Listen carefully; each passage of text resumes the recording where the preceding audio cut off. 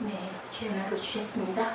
할렐루야 샬롬 인사하십니다. 할렐루야 샬롬 샬롬 샬롬 샬롬 샬롬. 하나님 사랑합니다. 여러분 주 안에서 사랑합니다. 주 안에서의 새로운 피조물 욥기 41장 전장 저희 함께 교독해 봤죠. 지난 장 40장에서는 15절에 베헤못이라고 하마에 대한 말씀, 이번 41장에서는 리오야다라는 과거에 대한 말씀하고 아주 저희가 생각하는 것보다 엄청나게 대단한, 조금 좀 과장이 섞인 듯한 요즘의 악어는 그때는 어땠는지, 리오야단이 꼭 악어인지도 제가 정확하게는 잘 모르겠는데 그렇게 표현이 되어 있습니다. 하나님의 권세와 중요한 것은 그것이 무엇이든 간에, 그죠?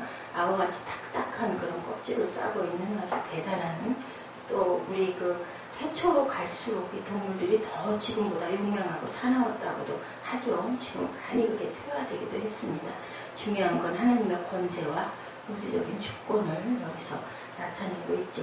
이것은 욥을 교훈하시기 위해서 말씀하신 겁니다. 10절에서 11절에 아무도 그것을 격동시킬 때 용맹이 없거든. 니 나를 당할 자가 누구냐? 누가 먼저 내게 주고 나로 갚게 하였느냐? 온 천하에 있는 것이 다 내 것이니라. 맞죠? 하나님께서 다 지으셨습니다. 육지나 바다의 괴물 중에 어느 것도 저항하거나 그 앞에 설 수 없다고 한다면, 모든 생물들에게 생명을 주시고 움직이게 하시는 하나님은, 그죠? 그 앞에 설 수 있는 것은 아무도 없습니다. 미생물로부터 큰 짐승 이르기까지 모든 피조물은 자기 소유를 가지고 계시고 순간순간 그들의 생명을 보존시켜 주시고, 하나님께서 그 법칙을 통해서, 저도 몰랐던 부분이에요. 그 죽은 동물의 사체를 먹어서 그것으로 인하여 모든 오염된 것들을 정화하게 하였다 맞습니다. 만약에 그게 계속 썩어간다면 굉장한 물도 오염이 굉장히 되겠죠. 41장 전반적인 교훈은 인간의 연약함에 대해서 누가 내게 감히 대항할 수 있겠느냐. 하나님은 어떤 분이신가. 태초의 말씀에 계시니라 부터 시작해서 하나님이 어떤 분인가에 대해서, 특히 출애굽기를 통해서 어떤 분이신가를 많이 나타냈어요. 애굽의 10가지 재앙, 그죠? 오직 여호와만이 하나님이시고 그 외에 다른 신이 절대로, 그것들이 신이라고 하지만 하나님 아래에 있다라는 것. 출애굽을 한 이스라엘 백성들에게도 많은 것을 알려주셨죠. 마라의 쓴물을 달게 하시는 하나님, 엘림 부요하게 하시는 하나님, 신광야에서는 뭘 주셨어요? 일용할 양식을 주셨죠. 르비딤에서 생수를 공급하시고 승리하게 하시는 하나님이라는 것을 나타내십니다. 온 천하에 있는 것이 다 내 것이다. 11절, 이거는 아까 지금 함께 나눈 말씀이죠. 출애굽기 19장 5절에 세계가 다 내게 속하였다. 신명기 10장 14절, 하늘과 모든 하늘의 하늘과 땅과 그 위의 만물은 본래 내 하나님 야훼께 속한 것이로되, 역대상 29장 11절에서 14절, 천지에 있는 것이 다 주의 것이로소이다. 시편 24편 1절에도 땅과 거기에 충만한 것과 세계와 그 가운데 사는 자들은 다 야훼의 것이로다. 그 외에도 많이 있습니다. 고린도전서 10장 26절에도 그렇게 표현하고 있죠.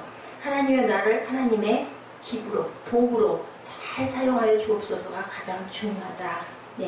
내가 당신을 위해서 무엇을 하니까? 아니죠. 우리가 할 수 있는 게 어느 날인가 그런 깨달음이 오더라고요. 우리가 아무리 어떤 계획을 세우고 아무리 애를 쓴다고 해봐야, 조금 더 해봐야 얼마고, 좀 더 못하면 더 하나님에게 그게 중요한 게 아니고 순종하는 마음이 가장 중요하다. 자녀 기를 때 못해도 미숙해도 그것을 따라 하려고 할 때 그 참 기특하지 않습니까? 하나님은 그 마음을 보신다. 그래서 아버지를 믿고 그것을 따르고 순종하는 그 마음이 가장 귀하다라는 거죠. 이것이 바로 사명감입니다. 많은 우리 선진들이, 모세도 바울도, 그죠? 모두 다 그것을 위해서는 생명도 아끼지 않는다. 나의 달려갈 길을 위해서는 사명을 깨닫고 나서는 그저 아주 전혀 내가 엄청난 그 어려운 환난을 처할지 뻔히 알지만 나는 그래도 달려가겠다. 바울이 그렇게 고백합니다. 에스더도 마찬가지죠. 동족 유대인이 11월 13일을 기해서 죽게 되었다는 소식을 듣고 왕 앞에 나가야 된다. 그렇게 되면 나 거기 가서 죽어요. 그리고 망설이죠. 당연히 망설이죠. 누구는 안 그러겠습니까? 그랬을 때 모르드게가 사명을 일깨워주죠. 그래서 우리는 이 말씀의 교훈을 통해서 주변에서 어떤 소리를 들었을 때 내게 불리한, 불합리한 것 같은 소리를 할지라도 우리가 깊이 생각해 봐야 될 필요가 있다. 내게 유익한 것만 따라가고 거 달콤한 것만 따라갈 게 아니라 아닌 쓴소리도 때로는 어린 아이를 통해서 나오는 소리라도 내가 한번 좀 내가 과연 그런 부분이 있나, 내가 이게 맞을까를 한 번은 귀담아 들어볼 필요가 있다라는 거죠.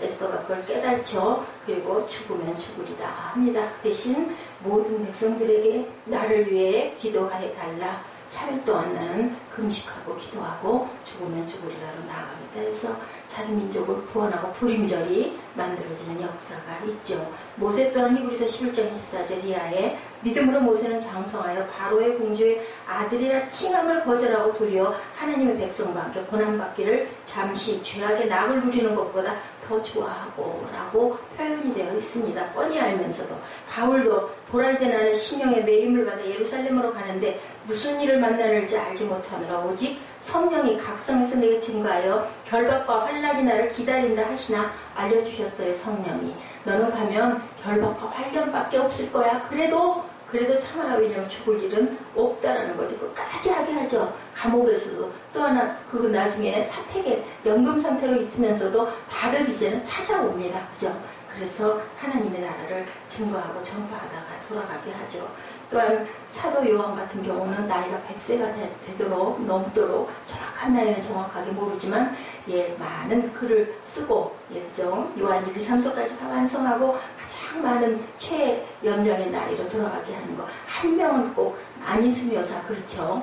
그렇게 나이가 많도록 그래서 증인을 남겨놓으시는 하나님. 이 모든 것들이 그냥 자연스럽게 된 일은 아니고 누구는 좀 더 누구는 좀 더 짧게 그것이 중요한 게 아니고 하나님께서는 각자에게 분량이 있어서 우리가 세상에 일어나는 일이 그냥 일어나는 일은 없다라는 그런 내가 하는 게 아니에요. 그죠?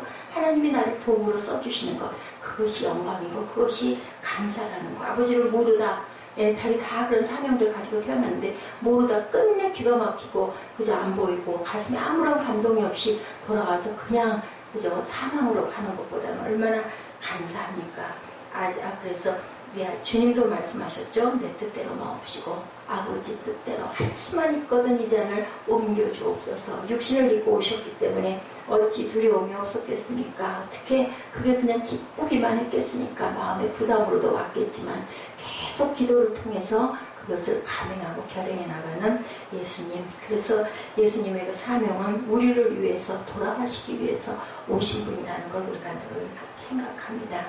만물은 다양성을 가지고 있죠. 우리 인생도 마찬가지고 짐승들도 그렇죠. 아까 그 리오야단도 마찬가지고요. 짐승 중에도 같은 것이 하나도 없죠. 들에 핀 꽃들도 그죠. 같은 부류들은 있지만 자세히 그거 관찰하면 다 꽃마다 달라요.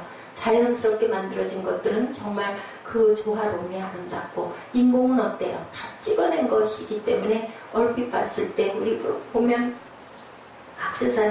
액세서리 상점에 이렇게 가서 보면 얼마나 이뻐요. 근데 가만히 자세히 들여다보면 내가 가질 만한 것이 별로 없어요. 물도 그냥 이렇게 있을 때 이뻐 보이는데 천연과의 차이가 이렇게 많기 때문에 하나님의 그 솜씨가 얼마나 놀랍다라는 것을 우리가 압니다. 합창을 하나를 해도 불협화음이 일어나면 얼마나 시끄럽습니까? 그것이 다 한 호흡에 맞춰가지고 화음을 잘 맞췄을 때 정말 천상의 아름다운 소리가 나죠.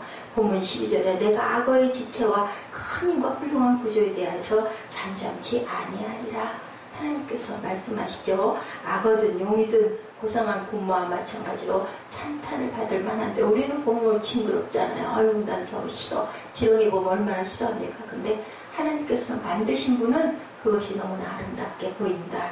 중요한 것은 긍정적이고 사랑의 눈으로 무엇이든지 필요해서 만들어 놓으셨지 하고 긍정으로 바라보는 게 중요하다. 피조물이 조물주에게 반역하여 타락하기 전에는 모든 것이 아름답게 보기에 좋았죠. 근데 타락하면서 자연의 기능이 손상을 입게 되고 나머지 피조물과 불화를 일으키기 시작을 했다는 것을 저희들이 성경을 통해서 구약을 통해서 특별히 창세기를 통하여서 압니다. 가인과 아벨의 사건, 아담과 하와로 인하여 가인과 아벨의 사건이 일어나며 죄가 들어오고 그리고 살인이 들어오고 피 흘림이 들어오죠. 하나님께서는 우리 인간이 지으신 모든 땅에 속한 피조물들을 다스리도록 하셨어요. 하나님은 사람의 형상을 하나님의 형상을 따라 지었기 때문에 우리에게 지배권을 주시고 그런 마음을 주셨습니다. 용맹도 주셨죠. 예, 그리고 정의감 또한 주셨어요. 아담이 죄가 없는 상태에서 모든 피조물에게 이름을 부여해 주었을 때 지배권을 향유했고, 그래서 남자가 여인의 머리인데 요즘에는 머리가 바뀌는 경우도 꽤 많이 종종 있습니다. 하나님께서는 그것도 또한 그렇게 만들어 놓으신 게 아닐까 하는 생각도 합니다.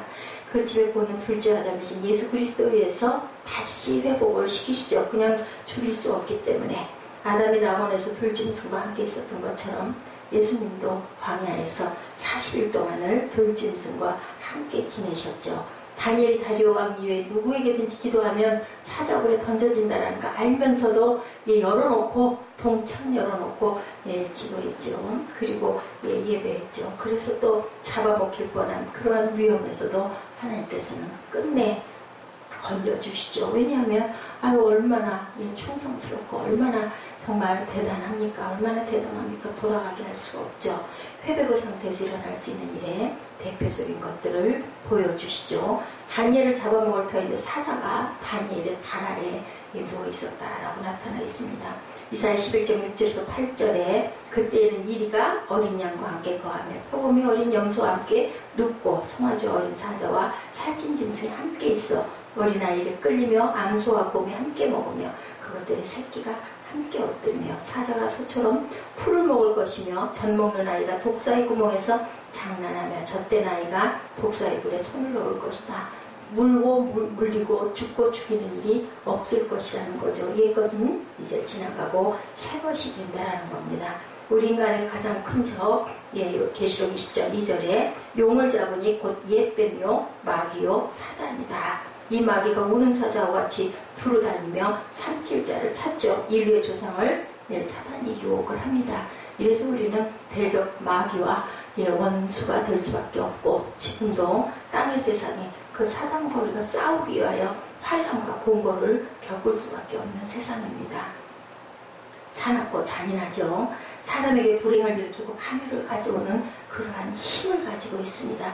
사단을 내어 쫓아야 우리가 평안히 살고 하나님을 우리 마음에 영접하고 살아내야만 복이 된다. 그런데 인간의 힘과 노력으로는 혼자는 도저히 사단을 물리칠 수가 없죠. 사단을 몰아낼 수 있는 분은 예수 그리스도밖에 안 계시죠. 그리스도께서 계신 곳에는 사단이 맥을 추지 못하기 때문에 우리가 성령의 전신 갑주를 입어야 된다. 중요한 것, 성령 충만. 무엇이 충만하게 들어차면 더 이상 들어갈 것이 없을 만큼 충만하게 들어차면 그 힘이 그저 어떤 것도 바늘 하나도 꽂힐 수가 없습니다.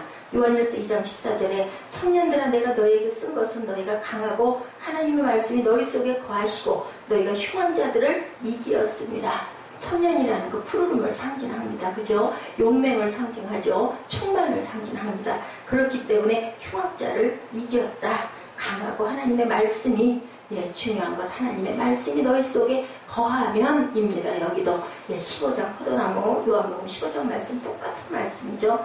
우리가 우리 안에 하나님이 충만으로 예수가 성령이 녹아 있을 때 우리가 세상을 담대하게 이겨나갈 수가 있고 승리의 저희들 개발을 할렐루야 하고 외칠 수 있죠. 하나님께서 제게 주신 그 할렐루야라는 의미는 하나님께 너 찬양만 돌려라. 가장 중요한 건 네가 할 수 있는 게 뭐가 있겠니? 마음에 화를 끌어내려라 라는 말씀이신 걸로 저는 갈수록 나날이 그것을 깨달아 이해합니다. 하나님이 만드신 만물의 중요성을 우리가 인정하고 나 자신의 사명이 무엇인가를 발견해서 그 사명을 따라 사는 것, 그것이 바로 복된 인생이고 보람된 삶이 아닐까. 하나님의 영광을 위하여 하나님의 도구로 사용될 수 있다는 것은 감격이고 감동이고 영광스러운 일입니다. 만물을 하나님의 눈으로 아름답게 바라보는 저와 여러분 되시고 하나님을 사랑의 눈으로 너무 그리움의 대상으로 아버지를 그렇게 볼 때 우리가 예배가 얼마나 감사하고 기쁘겠어요. 그죠? 우리가 삶 때문에 생활 때문에 매일매일 그죠? 하루에 몇 번씩이라도 못한다 하더라도 유대인들 어떻게 해요? 딱 시간 정해놓고 하루에 3번씩 그냥 길 가다가도 그 시간 되면 꿇어 엎드려가지고 하나님께 기도한다고 하죠. 그게 단 몇 분이든 거기서 의식이 되면 안 되겠지만 그것은 각 사람의 분량들일 거라고 생각합니다. 근데 우리에게 성령이 오시면 어때요? 예배가 너무 감사하고 감격스럽지 않습니까? 상황에 몸이 공고해도 예배드리고 나면 눈이 똑 떠있는 그런 경험들 여러분들 하실 겁니다. 그리스도 예수를 통해서 죄사함을 받고 마귀와 싸워 이김으로 승리의 면류관을 받으시는 귀한 하루, 그리고 귀한 한 달, 1년 인생이 되시기를 주님의 이름으로 축복합니다. 기도하시겠습니다.